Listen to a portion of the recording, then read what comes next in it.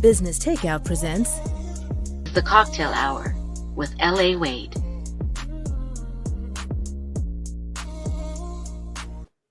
What's up, everybody? It's your girl. This is L.A. Wade, aka Cocktails with L.A., aka you're in the Cocktale Hour. And today we are here with the beautiful and handsome and intelligent and well-traveled Mr. Alain P. Arthur. Welcome to the show, Alain. Thanks for having me, LA. You're welcome. Well, before we get started, I just want to give a shout out to Business Takeout, who presents the Cocktale Hour. Business Takeout works really hard to inspire Black wealth and Black entrepreneurship, and this is no different. So the Cocktale Hour likes to have intimate yet sobering conversations with our guests, and a big part of that is because we're trying to find out what you thirst for in life. And if you do any kind of Google search about this man right here, you will know that his thirst is definitely for Caribbean culture. Is that correct, Alain? 100%. I love the Caribbean through and through. Whatever island you're from, I think there's so much uniqueness to us as a people, for our culture, for what we do for the world. That little small region affects the world in so many different ways. Wow. And I know over the amount of time that you've done that show, that is exactly what you have, shared with all of us, but also discovered intimately for yourself. Now, I'm going to get into a lot of what you do with Caribbean Vibrations, but I wanted to give a little snippet of how I came to know you in the first place and how this interview happened. Back in, I think it was 2019, I started a podcast called Cocktails with LA, and I had no idea what I was doing. I came from the university, and I just wanted to travel and get the love, sex, dating, and relationship stories of people all over. And I learned about the Caribbean Vibrations real estate cruise, which I know is happening again in 2023. COVID gave you a little hiccup, gave us a little hiccup, because I was happy. That cruise was really eye-opening for me, and on so many different fronts, not only from somebody doing a show, but also from the real estate, which is what the purpose of the cruise was for. Do you want to touch a little bit about the Caribbean Vibrations real estate cruise? Yeah, so it's interesting that we're talking about Black wealth and entrepreneurship and empowerment, because we had a client who had hired, so there's myself and my business partner, Tony Ann Thomas. She's director behind the scenes. So her and I work together congruently. And we had the opportunity where someone's like, hey, we're doing a real estate cruise. We want you guys to come film. Why don't you come along? We're like, travel to the Caribbean? No worries. We're here. So we're there. So we went down. They brought us down, and we went on this celebrity cruises was them as well. And we went down, and we're like seeing all these beautiful properties. But the one thing that we noticed is that no one of the melanin persuasion was really there. So we started to think, and we like, this is interesting because it's a great opportunity. We're looking at different properties, not even like super expensive ones. Some were brand new ones. Some were older ones. Some were like in pre-construction. And we're like, we think a lot of our people from the diaspora would want to know, because the presumption is that, okay, I'm from Jamaica, I'm going to buy a property in Jamaica. It's not like that anymore. Someone who is of Jamaican parentage might say, you know what, Costa Rica has some really good prices, and I might want to go down there. So what we decided to say, you know what, we should be having these conversations amongst ourselves about generational wealth, because I'll give you Jamaica as an example. Jamaica is booming. There's so much things going on. They built this huge port, all these different things. And the thing with them is people don't realize there's two airports. There's Montego Bay, so Sanctuary International, and then there is North Manley in Kingston. Yeah. They have a third airport in St. Anne called James Bond International. And they just decided they're going to make it bigger. So that will probably they're talking about doing a fourth airport. So when I talk to anybody with land in Jamaica or anything, I'm like, look, you need to understand they are trying to really do more there. They're going to be building another toll road to help. Again, the biggest thing is they had to cut through the island to get from Montego Bay to Kingston. They're looking at doing not a series per se, but they're improving all the highways, so travel becomes so much easier and so much flexibility, because there's a lot of still untapped land in Jamaica, and the reason why is because you can't get to it. Right. So I hope they don't do too much, because I enjoy Jamaica the way that it is, right. But I also understand that they do want to take advantage of some of the things there, but we don't want to build it up too much, because Jamaica it's beautiful. I think that's a big problem in the Caribbean, expansion while keeping it, unique and authentic to the island itself. I just want to say hi to Fraser Ramsey, who's tuning in. I can't remember where you're from, Fraser, but all is well, and I'm welcome to the Cocktail Hour. And I hope you're going to enjoy our guests and learn some things about the Caribbean and Alan in particular. What's up, Al? What's up, Fraser? I would say that, when I was looking for information, Scotland. Okay, big up yourself, Scotland. Is he a Glasgow Rangers fan? Where are you from in Scotland, my friend? Yes, where are you from? And are you a fan? Glasgow, right? Glasgow Rangers. Yeah. Glasgow Rangers, yes. Yeah. But you were saying, sorry, interrupted. Sorry. I was trying to find some information about, the man, Alain P. Arthur. And that seems to be a little bit more ambiguous than I would realize, because everything that seems to exist with you has to do with Caribbean vibrations. It's almost like there's Edinburgh Hearts fan. There you go. They're good team. Okay, all right. There you go. There's no difference between you and Caribbean vibrations. It's like you Google you and you're only going to get information about Caribbean vibrations. Why is this? Well, I mean, we've kind of done that, synonymously, because we started the brand 18 years ago. It was myself and my wife at the time, Royette, and one of the things that we saw, there wasn't, and you got to remember, this is a different landscape almost 20 years ago. There wasn't a lot of positive representation of Black and in particular Caribbean people.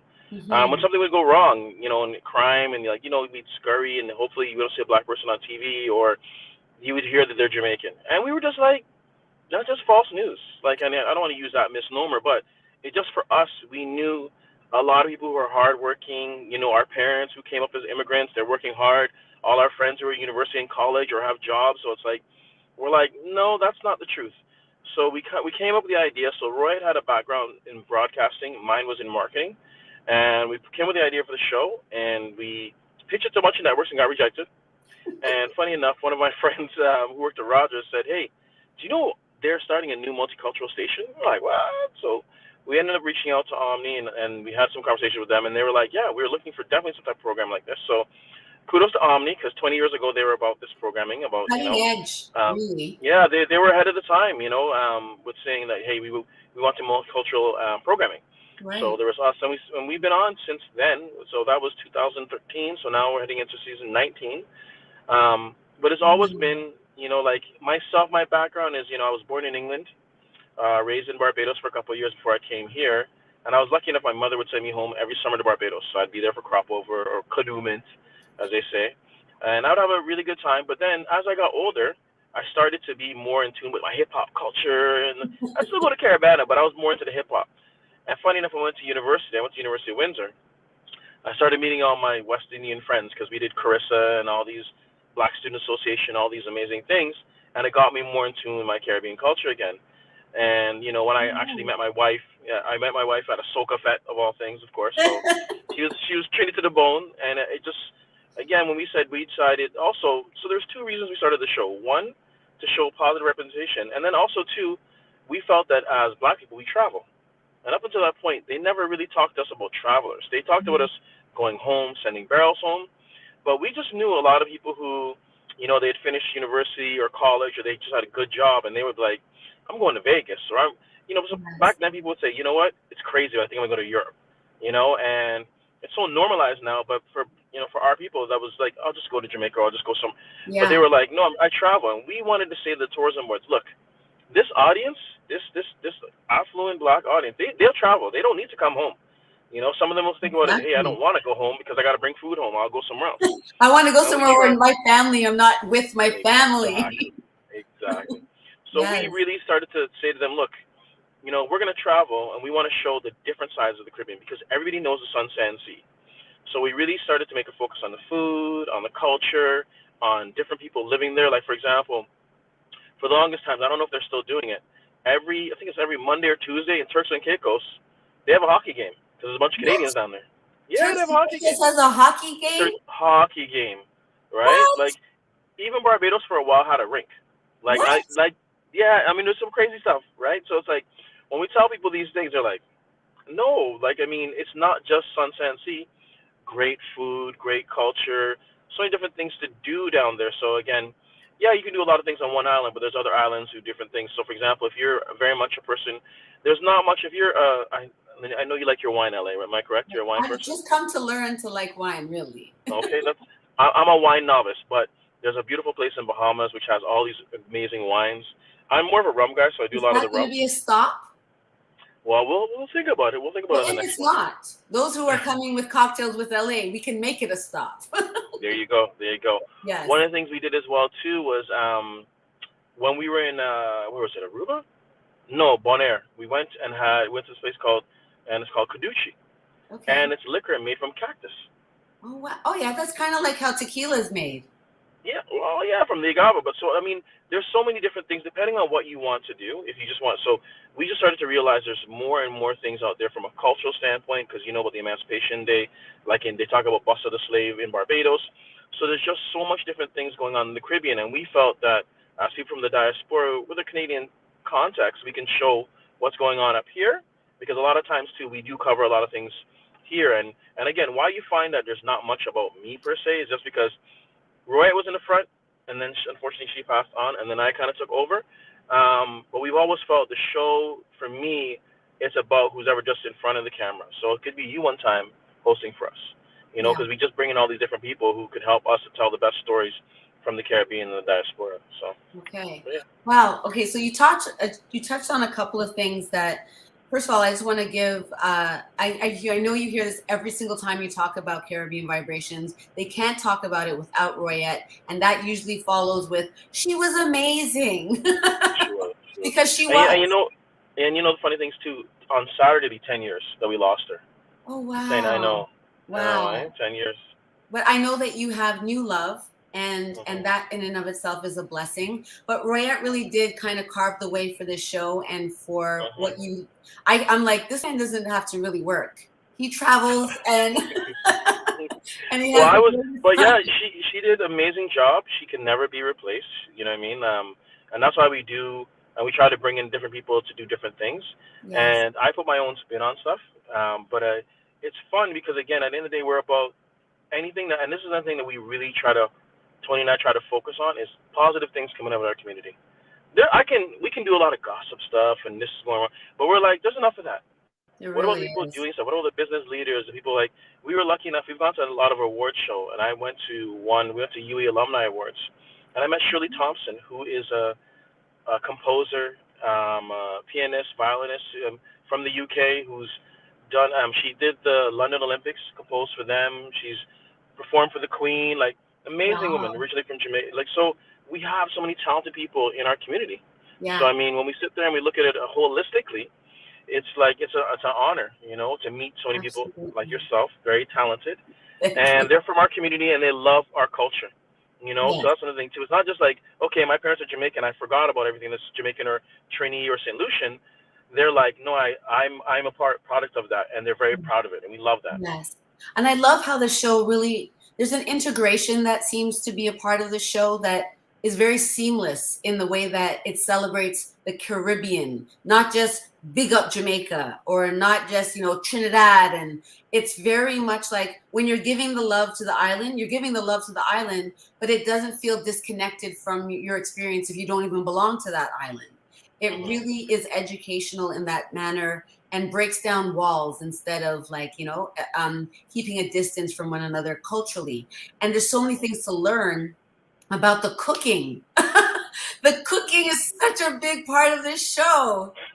As you can tell, I was probably 50 pounds lighter before I started hosting the show because the food is fantastic. I mean, we've been so blessed. We love food already, so we'll do food restaurants up here. And that's kind of another reason when we started doing it, we would do a lot of concerts and we would do restaurant profiles. Yes. So we would go, and for us, it was really more of, let's be real here. In our community, we could have some good food but bad service.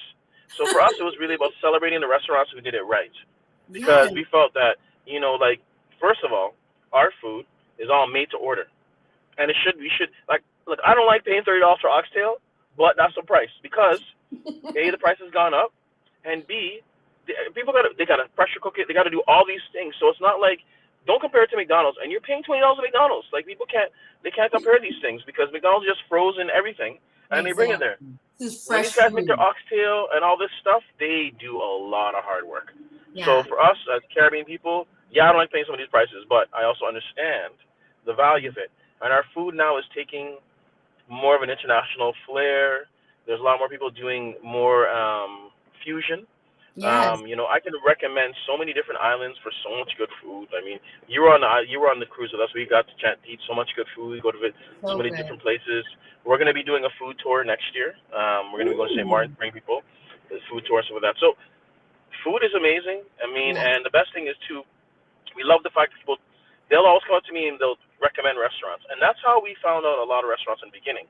We would basically, someone would tell us about it, and we kind of send a spy in. Right? Because sometimes if I show up, I get good service. Yes. Send our spy in, and they'll be like, yeah, these guys. Yeah, this was the real deal. Yeah, because I mean, we don't want, because we want it to be. I'll give you an example. Unfortunately, Barbados is my island, and my mom is St. Lucia. My dad's Bajan. Okay. This was where I was around, and I were there for. I think we were there for crop over or something else, and we went into this restaurant that my cousin told me about, and everybody's just waiting around. It's kind of so hum service, and then I spoke.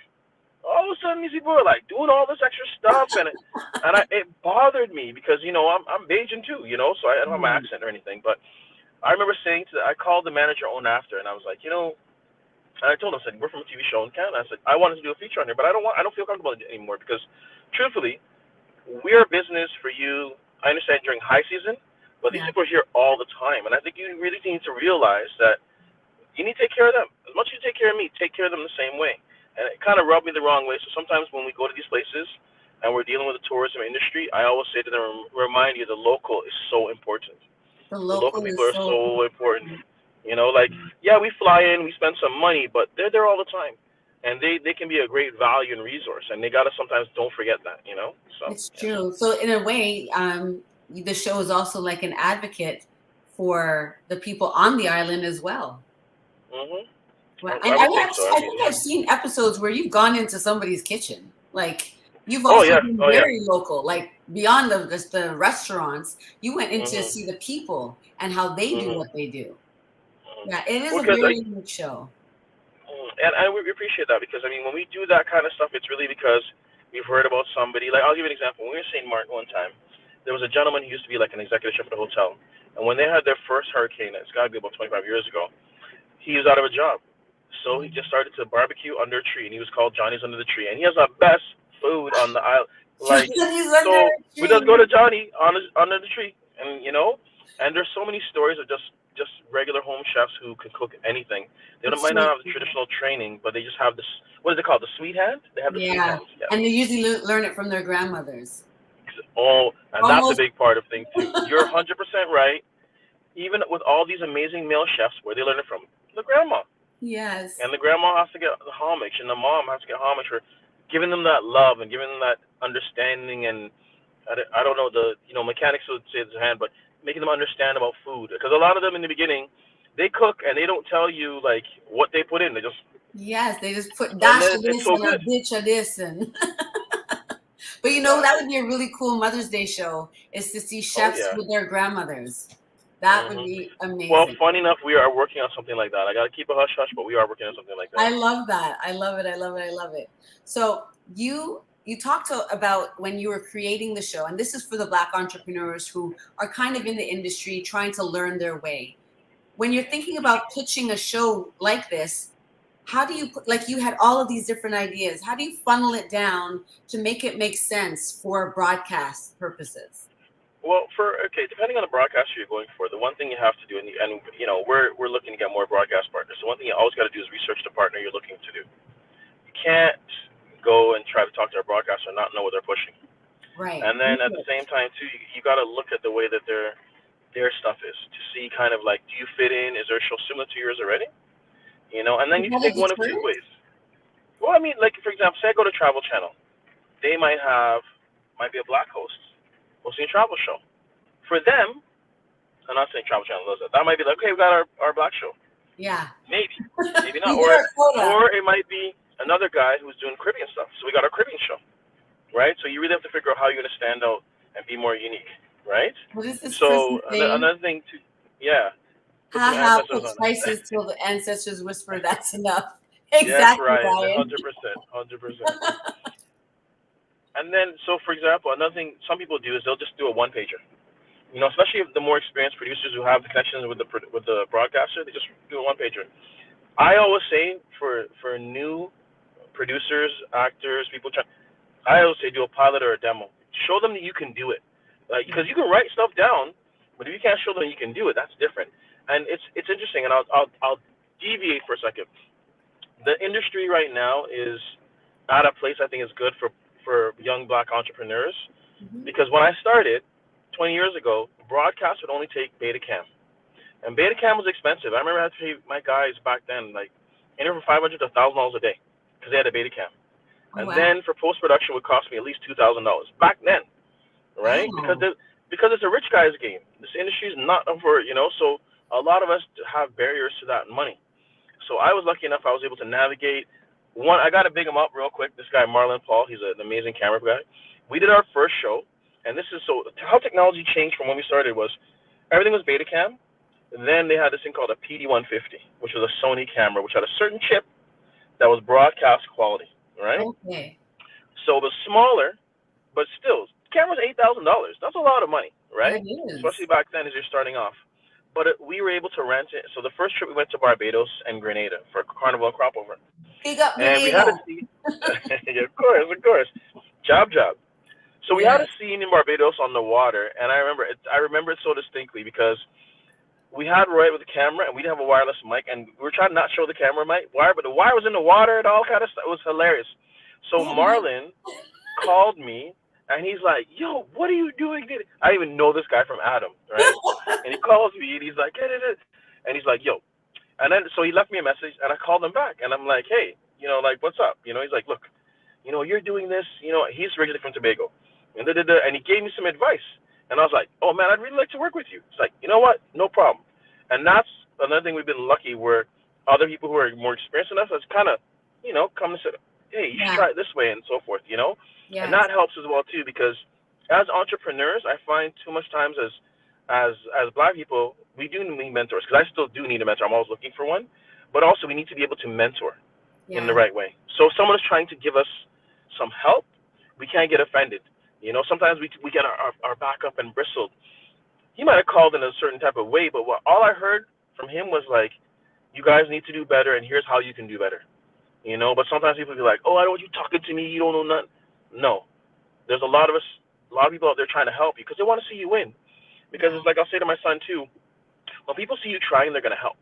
But if you're just talking, no one's gonna do nothing. But when they see you trying and you're out there and you're working in your craft, they're gonna be like, "How can I help this person?" Yeah. And that's why I know he came and he wanted to do stuff with us, because he was like, "I see you guys.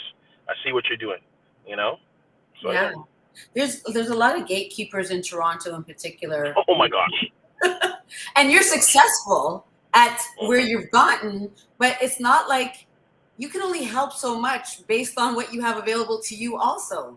So I find that we put a lot of pressure on those of us who are melanated, who are in positions of where other people want to go. But it's not like there's a whole, dim sum of people of programming that we have here in Toronto that allows us to all do it. What do they expect you to do? The good thing is, there are more opportunities, but I also feel that, we're going to have more opportunities coming down the pipeline because things are going to be changing. I applaud CBC GEM. They are doing more for the black people, right? Now, I haven't reached out to them at all, but I see them doing programming, which is good. Some of it I don't like, some of it I think is good. But they're doing more than the other networks, right? The other networks have a couple of things every once in a while, but they're doing more. I think you'll see at some point another black network that will come along. We have Afro Global. People should. That's another thing too. Like for example, we have channels, so we have got to support. So for example, FIFA can't get better if we're not buying, if we're not subscribing, right? Afro Global can't get better. I know, but it's kind of a chicken and egg thing. Yeah, right? Because now you got to put up the money. They're putting up their own money without getting the support. Because here's the way I feel. With those organizations, you got to give them at least a year. Give them a year of your money. That's like maybe $40. We spend that out of the club, So it's like you give them $40 for the year. See what they do in a year. If it's the same old stuff, you can be like, "I tried," but we hold ourselves to a higher standard than anybody else. When something goes wrong with us as black people, we just, I can't deal with any black We people. dash them out the window. Like, I'm done with So it's you. like, well, the same way, like Rogers and all that, we'll take their crap. We have to learn to be more forgiving to each other because we don't have the same resources as some of these other places do, and to support. Like you see how many, and I know you know a lot of them. How many black people we have breaking glass ceilings still? Yeah. Think about that. Yes. First this. Whenever I see a first this, I'm like, because this means it's been too long overdue. 2022. And it's still first. It's still first hired for this job, first hired for that. But I mean, getting back to the technology, and that was the point I was trying to go to, because now you have the SLRs and you have the phones and everything. Technology has changed the game. So if you want to pitch a show, you just have to figure out what your strategy is. Do you want to do it yourself? Because like there are some people who are influencers who are making a good career. Yes. Like they sign up with an agency, they know how to do the content that they want to do and the way they want to do it. So now it's changed, because before you need that big camera, you need that access. Now through all these platforms, even like for example, us speaking here today, there wasn't many channels I'd be showing two black people talking about business, and entrepreneurship. True, right? Yeah. But big up Banky, big up you.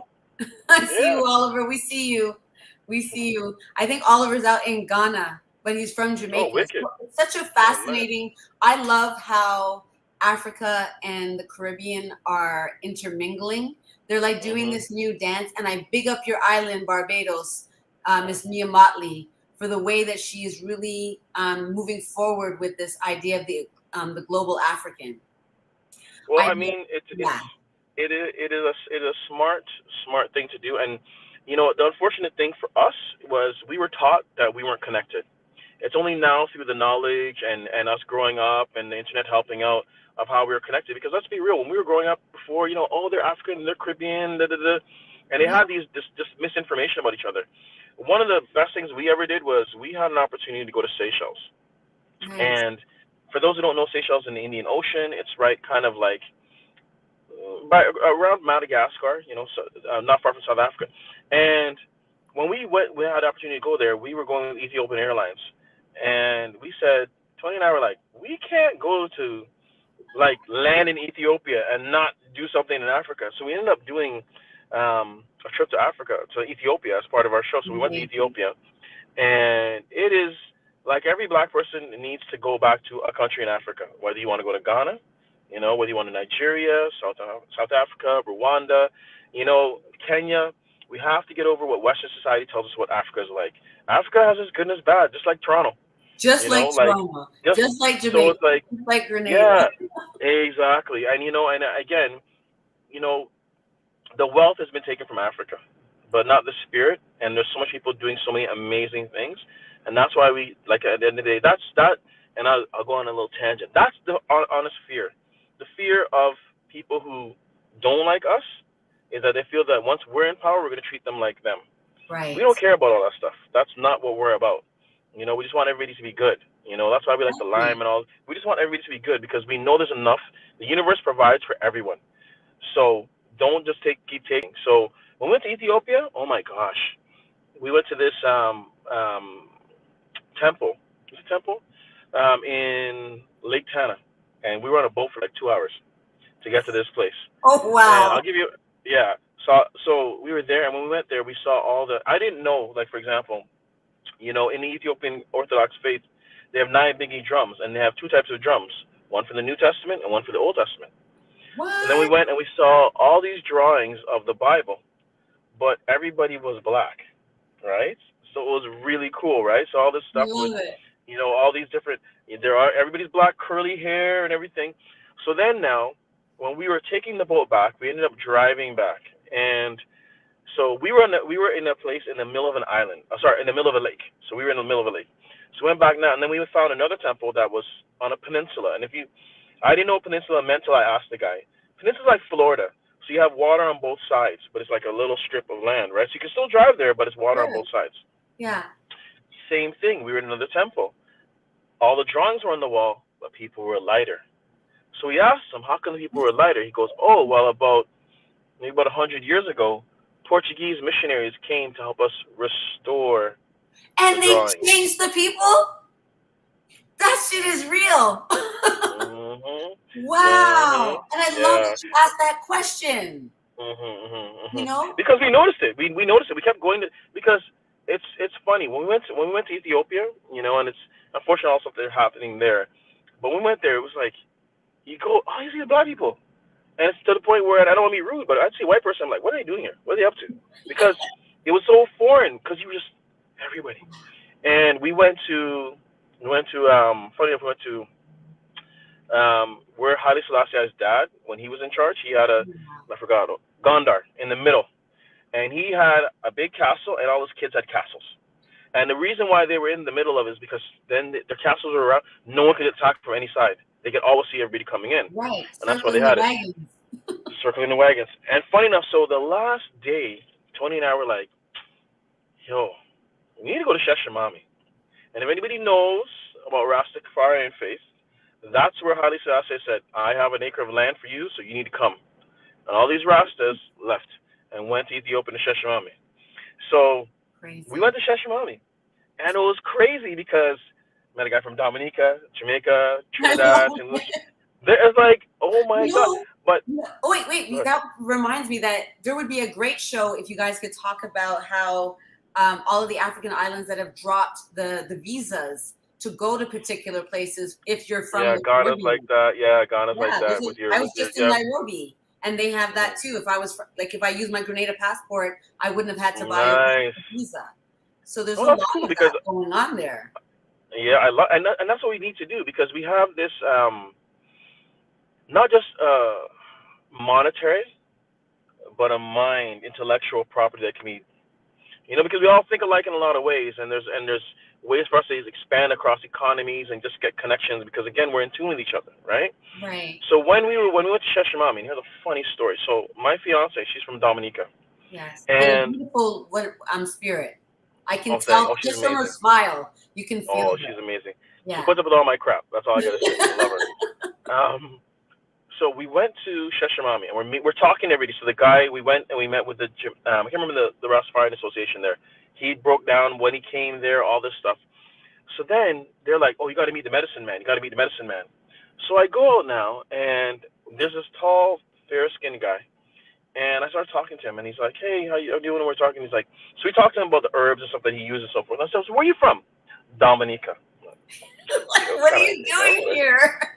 So then he's like, okay, so I said, okay, this is crazy. So I said, my fiance, she's, her family's from Dominica. It's cool. He's like, oh, what's the last name? I go, Alain, right? And he's like, oh, I know Alain. He goes, tell them what, he goes, I'll find out about Desmond Trotter. I'm like, Desmond Trotter? What?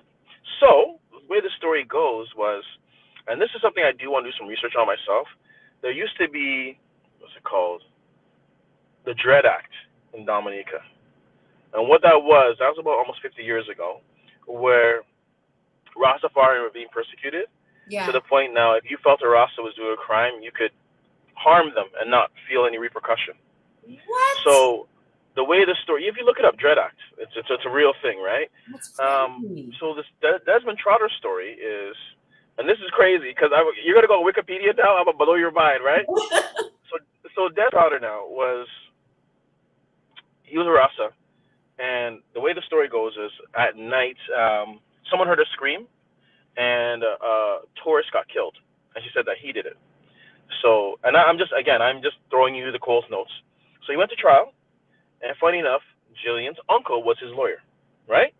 That's how crazy the world is, right? So so he ended up getting convicted, okay?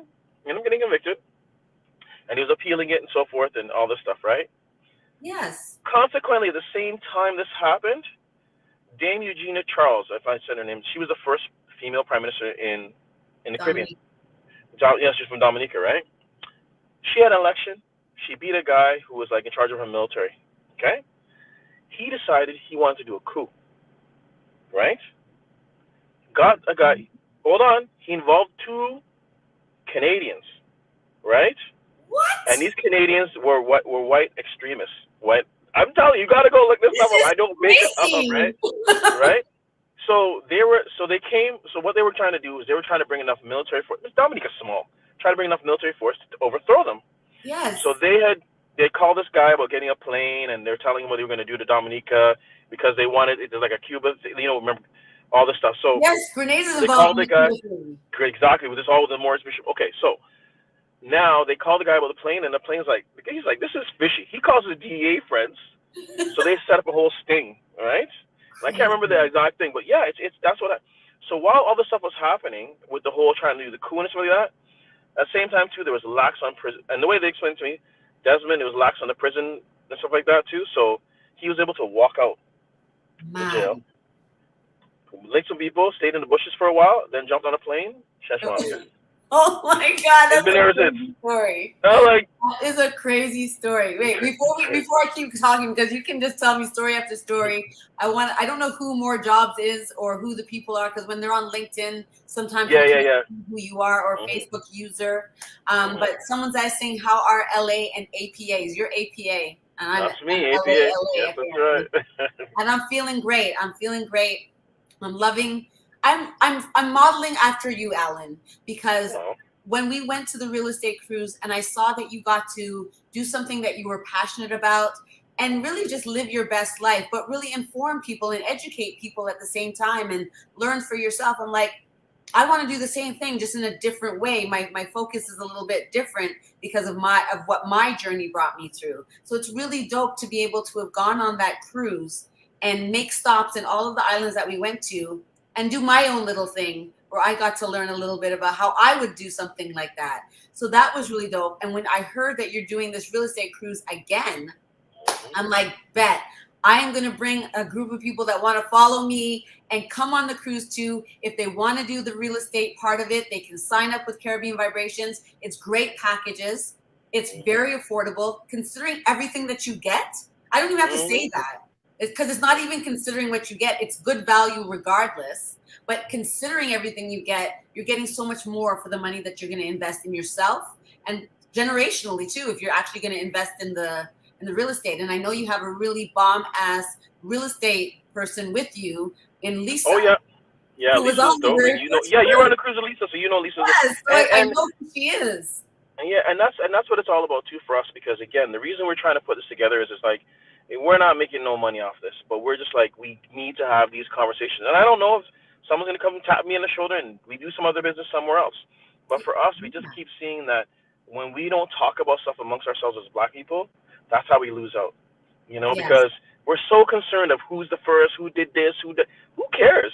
The community does it like that. We're trying to, especially because we're coming from so far behind with all the way they put things in place to hold us back. Now we're supposed to be pulling each other forward. Like, I always say people's got to stand on my shoulders. I know some younger cats, and they're doing amazing on social media, and I never feel no ways. They're like, I have a little bit of followers. I don't care, though, because seeing them do well makes it worthwhile, because a lot of them pay me homage when they see me. Absolutely. Right? So the fact that they're doing well, I'm like, that's what we want them to see us on TV so they could go do it.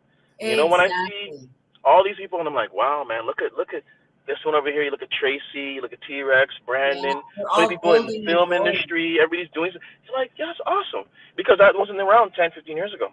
Exactly. It's so true. And More Jobs also says APA is definitely a pioneer in the game.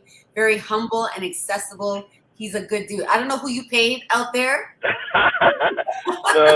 You know what it is? I'm just blessed, and thank you very much, More Jobs, because we started this, and and I'll tell you this, as an entrepreneur, I think that when you have a business idea, I think you need to also sit down and I wish I did talk to people earlier, because I did make some mistakes, which is good, but I also think from setting up your financing, having a real thought process of how do we as Black people create businesses? Because one of the things, unfortunately, I've seen so many businesses go out of business because they don't have a plan, right? And that could easily, and that's another reason why I said to you, I really want to, now as the brand goes forward, that we need to have more people involved, right? Because we have people helping us, but we need more people involved.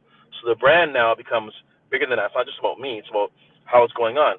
Yeah. I've met some amazing chefs, but unfortunately, they don't know who to pass it on to. So once they're done, the restaurant's done. Yes. And we have to be, like, I that's one thing. Big up Ryan Knights, because he does that. ACBN. Like, if you want to do a franchise or something like that, like, because I remember I said to Ryan the first time I met him, like, Ryan, why are you doing this? Because we got BBPA, And Ryan broke down. I was like, oh my God, I never even thought about that. And that's what's always impressing about ACBN, because he thought about it from an entrepreneur standpoint. He's like, you know what? As Black people, we don't have an exit strategy. Because I didn't have one either. It's true. Having a conversation with Ryan made me think about it, like, damn, am I going to do this forever? I mean, I love it, but I don't want to do it forever. I want to do other opportunities. That's one of my questions for you. Are you going to do this forever? I will be involved forever, but no. We're coming up to 20 years. I'll give you an example.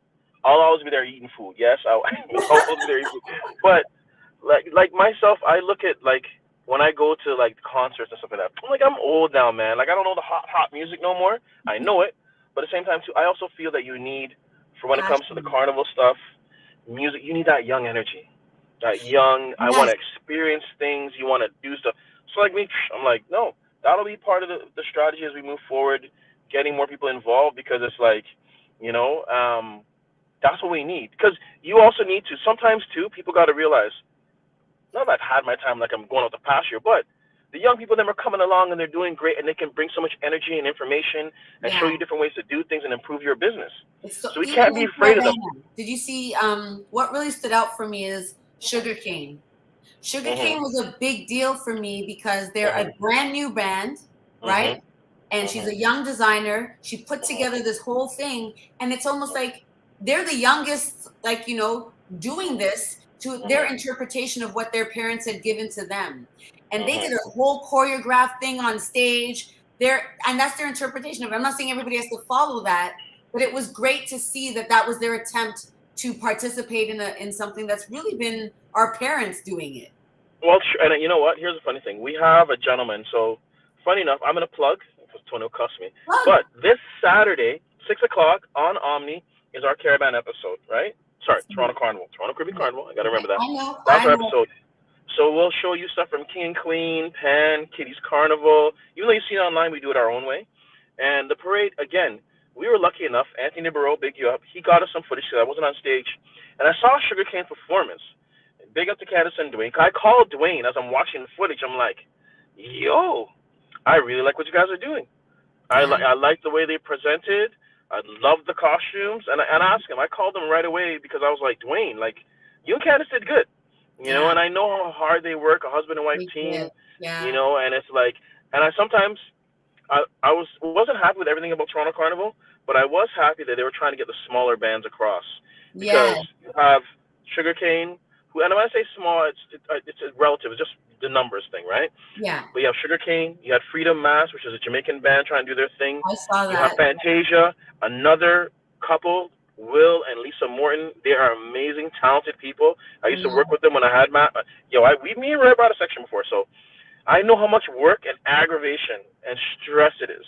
You know, you also had Sunlime, and you had, am I missing? Costume creators. Costume concept creators, I think I'm saying it right. That, I give so much props to those guys, Corey, Whitfield. Whitfield Belasco has been bringing masks for 55 years. He's never missed a carnival. Never. Wow. And that's costume. So he has some young people helping him now. He still does the big masks and the other stuff. But he's 55 years. He's done it. You know, he's in his 70s now. You know, is that the guy who was at the King show, who's 75 and he was pulling his King? No, that's Ronnie.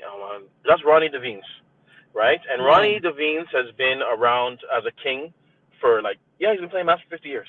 So some of these, it's exactly what you're saying. It's now time for us. You know, and even though we're old, I'm older. You're so young, LA. And even though we're getting up, now it's like I keep looking to the generation in their 20s and 30s because when you think about it, they're the ones who are going to bring around a lot of the change, and we have to kind of follow them. You know, in some of the things because they have a voice. You know, they're using their voice. I mean, I love what they're doing. I don't agree with everything they're doing, but I love their passion for stuff, and we can't be like gatekeepers ourselves. Exactly. Yeah. So I really appreciate, even for my own brand, how you and Tony have been so gracious to from time to time sit with me and explain some of the processes. And, you know, it's as simple as asking or even when you guys see somebody doing something and reaching out to them, those things make a big difference when you are trying to build something. And people who've been in the game for so long that are willing to reach out, like the person said, that you're accessible. It's true. You are accessible. You just got to ask. Yeah, because all I remember is hitting my head on the wall and not having anybody to ask anything for, or at least thinking I didn't. because Yeah. I wouldn't ask as well. So when Yeah. people ask me for stuff, if I can do it, I'm gonna do it, because at the end of the day, I just think about, they must think something of me to ask in the first place. And I got Absolutely. it. It's not easy to ask people for help. It's not easy to ask people for advice. So if they're willing to put themselves out there, I have no problem doing the same. Yes, I love it. Now, before this is going to wrap up soon because I know you don't have a lot of time, but I wanted to go into the fact that you don't just do Caribbean vibrations, you also throw parties, you do party promotion. Well, I do some events. I do some events as well too. Yeah. So one of the one of the things is with Caribbean vibrations, and it's funny enough, if we used to do events. We're gonna get back to it more, but I'm with a bunch of guys called Goodfellas, and how I got connected with those guys is, you know, they decided we were going to do an all-inclusive party in Toronto, but we're not promoters. We're just a bunch of good fellas. So me and Well, 3 Trini guys, right? And we said, we want to do this because we just remember back home. Whether you're from Grenada, St. Lucia, Barbados, Bahamas, Bermuda, Cuba, Curacao, Jamaica, like all the islands, Grenada. I'm trying to not forget people. St. Vincent, I St. Lucia, know. St. Kitts and Nevis, Oh God. everybody But out once you there, start, you Aruba, get Bonaire, yourself in Curacao, trouble. Dominica. I'm trying to mention all the names, U.S. Virgin Islands.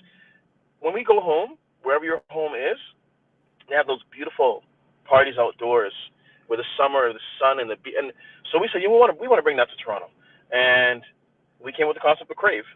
Yep. And in the beginning, it was hard, like LA in the hard. Explain to people that, hey, it's $80, and all you can eat, they're like, what? No, I can't pay all that money. $80 We for a started party? Out of $80 mind? for a party back then, and this is 8 years ago we started.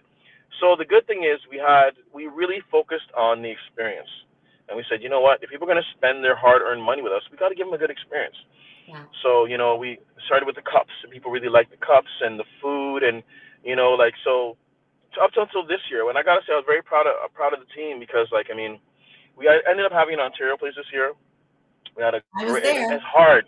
It's hard right now with COVID, with all these restrictions. But we had 7 chefs, 15 food stations, It multiple was bars. phenomenal. You don't I even have mean, to talk about it. I'll talk about it for you. It was amazing. And here's the drama. My girlfriends had been to Craves prior. I had Yep. never been to a Crave. Mhm. Contrary to what people think, I don't actually go out and turn up all the time. So I know that's the image, but that's actually not me. So they tell me, you're coming to this party, you're coming to this party. I'm like, I am not going to another party in Toronto, especially just before Caravana. They're like, no, honestly, out of all the parties in Toronto for a mature age group, this is the party to go to. It's like it pulls out the best of what Toronto has to offer in terms of people and vibes and just like good fun. And I didn't believe them until I walked into that place and I got my cup and I went and had the experience that you're talking about. And we ended up, I think we closed down that place. Yeah, you were there. You were there when I was cleaning up, and even the small things that we try to focus on, right? Because I'll give kudos. I'll give kudos because there's Nigel, Ron, Perry, myself, and the thought process. We have a net. All these people behind the scenes helping us out, and the fans. When we came with the idea with the fans and Flo and everybody did the fans, and we were like, because we think about it really from the perspective of the customer, and the fans were a hit. And then even for example, I don't know if you got your pair of slippers before you left, I right? sure But some did. women their feet are hurting, so we had slippers. Right. Plus we do the buses, right? The buses. So And people I had the at fan. first people are like, I might take a school bus. But I'm like, then you can enjoy your stuff. Yeah, and you have the fans, see? And people It are was on the school brilliant. bus. They love the school bus because then they don't worry. And that was a thing where it was just built for us, by talking to them and seeing. And then even we try to switch up the menu every can, but it really is more about Dave. We do another party day on the Carnival Sunday, and we did one before called Up. We didn't get a chance to do it this year because we couldn't find a so it was a rooftop party because people love a rooftop, right? Oh, and we for love us a as rooftop. Goodfellas, so we're gfpromoevents.com. But for Goodfellas promo, we only like to do parties outside. So we only really have parties from July to maybe September, end of September. Yeah. And then after we just hibernate after that because we want to bring that Caribbean vibe. So that's what we usually do. That's so dope. It was a great experience. I recommend Crave big time, and I'll look out for other Goodfella parties because now I know definitely what they're about. I love it. Okay, so and you know what? Sorry to cut you off real quick, but that party as well, you'd be surprised. There's younger people coming now because Some of my business That partners, is their kids come now wonderful. and they bring friends. So there's a good thing where they'll just go party over one side away from their parents. But again, when you think about the younger generation, they're like bottle service. They're spending way more than Oh they would yeah, at Crave. So now yeah. they're seeing the value. Like, hey, these old people are onto something. All you can drink, I'm there. So it's totally worth the price. I know it seems a lot at first, but no, when you go there and you have the experience and you're able to just constantly drink and eat as much food as you like, it's kind of like it is completely worth it. And not just like just get a slab of food, like Oh no. these vendors take time to present things to Mm-hmm. you. Mm-hmm. It really was an experience. So I really appreciated that. A couple of quotes that I got well, I had to dig for these things, but I always find something. So this show is my passion and my way of sharing what I love the most about my heritage with the world, is something that you've said about Caribbean Vibrations. You also said, we started out as a family business and it is now a global message of love shared across Canada and throughout the Caribbean. These are love Oh, I like letters. that one. Every I like that one. episode is like a love letter, just like you're saying right here. And I experience it as such. And I think that other people, if you've never watched Caribbean Vibrations, I definitely think you should tune in. How do they see it if they want to So watch they it? can check us out so if you have conventional cable, we always premiere the show Saturday at 6 o'clock Okay. on Omni in Ontario. It Mm-hmm. repeats at 9:30 on Sunday, and then again Friday at 8:30 in the morning. It also airs in Omni BC Sundays at 9 in the morning, and Omni Alberta at 3:30 on Monday. Because online we have it as well. Everything is Carib Vibe TV, CaribVibe.com. So we're on that on Instagram, we're on our website, Twitter, that's everything, and we put out episodes as well there. Especially if you follow, we're more active on Instagram than anything else. What's this? A lot of love from where? I can't even see. I can't see the flag. I hope I mentioned them. I try to mention everywhere. I know, right? I can't see. So I was also going to ask you, you've interviewed so many amazing people, and you're all going to be like remembered for something. What is Alan Arthur going to be remembered for? Well, that's a good question. I think being myself, loving like my Caribbean people, like wholeheartedly loving, because again, I've been exposed to so many different types of people growing up from the Caribbean, being in Canada. Also, as much as I love the Caribbean, I really love Canada too. Canada ain't perfect. It's far from it. But it's given me a lot of opportunities that I can't sit here and just be like, oh, Canada. No, Canada's amazing. Yeah. And I want to be remembered as a person who really gave his all and cared about people. Kenya. Because a lot of people have taken care of me, who've supported me full 100. And I can't do it without them. And that's why I'm always like, when people ask me for help, I try to help as much as I can. Because they've helped me. I've been through some rough patches, and people have been there to support me. So I've always been, I think that's why when people ask me for help or ask me for stuff, I'll always do it. Because I always remember I've been on the other side, and people have not helped me. And I don't want to do that to people. I think that just the world needs more kindness. Like you can be busy, but we can always fit some things in. And if we're just kind to people, like it's funny. I was with Will and those guys on the weekend, and Will and I were talking. We were driving, and he's like, I'm different now because it's like I'm not worried. Like when someone cuts me off, the road rage and all this stuff. And I said I kind of like that too. And I'm like, it's just we don't know if that person's having a bad day. When you're speeding, sometimes I've been speeding trying to get somewhere. Someone cuts me off or traffic's slow, then I look at it as a sign that I might hurt myself because I'm not being rational. Yes. You just got to take some time out. And I think that a lot of times if we take the time out to look at other people's situations and just try to be kinder, it'd be a better world. Because, Absolutely. we are all going through stuff. Yeah, it's true. 2 more questions.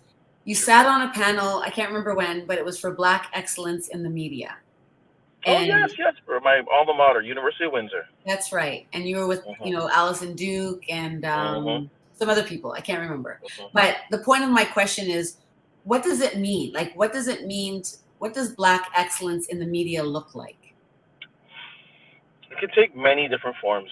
I think before it would be like, oh, someone's got to win an Oscar and all. No, I think if you are good in your art form, and your art form can be many different things. You're telling a true story that's true to yourself in a unique way. I think that's a lot of excellence in media. I watch, like Jerome. It's funny, Jerome I went to university with. He was a couple years younger than me, and he's on TSN. I watch him on TV, and I'm just like, man, this guy's so good. He's excellent. He's professional. Like, when he's doing his interviews, he has his knowledge. He knows about it. You can tell how much he loves sports. Yeah. Allison, I've known from her Citizen Kane days because, funny enough, her Citizen Kane, Jeff Duke, Yeah. has a beautiful child with Royette's best friend. So I've known them forever, like in another different way, right? Wow. Yeah. So Cree has a daughter same age as my daughter. It doesn't understand That's himself, but great. so we're all connected. I've watched Allison go from the video fax stuff to when she's doing this stuff, and her being very much in the forefront of the LGBTQ stuff Yeah. and all this stuff. And you're seeing her being a true Black woman Yeah. and understanding this stuff. Yourself. And she's a helpful person too. So when she's doing Oya Media Group, her and Gaddy, and you're sitting there and you're watching them and they're doing all this great stuff, it's just like, all it does is inspire me to do more. I'm like, shit, I'm falling behind. Like, these guys are killing it. Like, I never look at it from the standpoint like, oh, look at what they're doing. And if you look at something that someone's doing and you get upset about it, that's a you problem. That means you have to go do more work because they've done the work to get to where they need to be. So use them as fuel. Ask them questions. That's what I'll do. So I have this young director guy, and I saw him over the weekend. And every time I see him, I'm just like, I gotta big him up because he's doing commercials for Toyota and all these big companies. I know him from before, because the first time he came up to me, he's like, I knew him from something. He came and said, I used to watch the show. I love you guys. He's making me. I'm like, oh my God. And I'm seeing this guy doing all these amazing things. I see a huge future for him.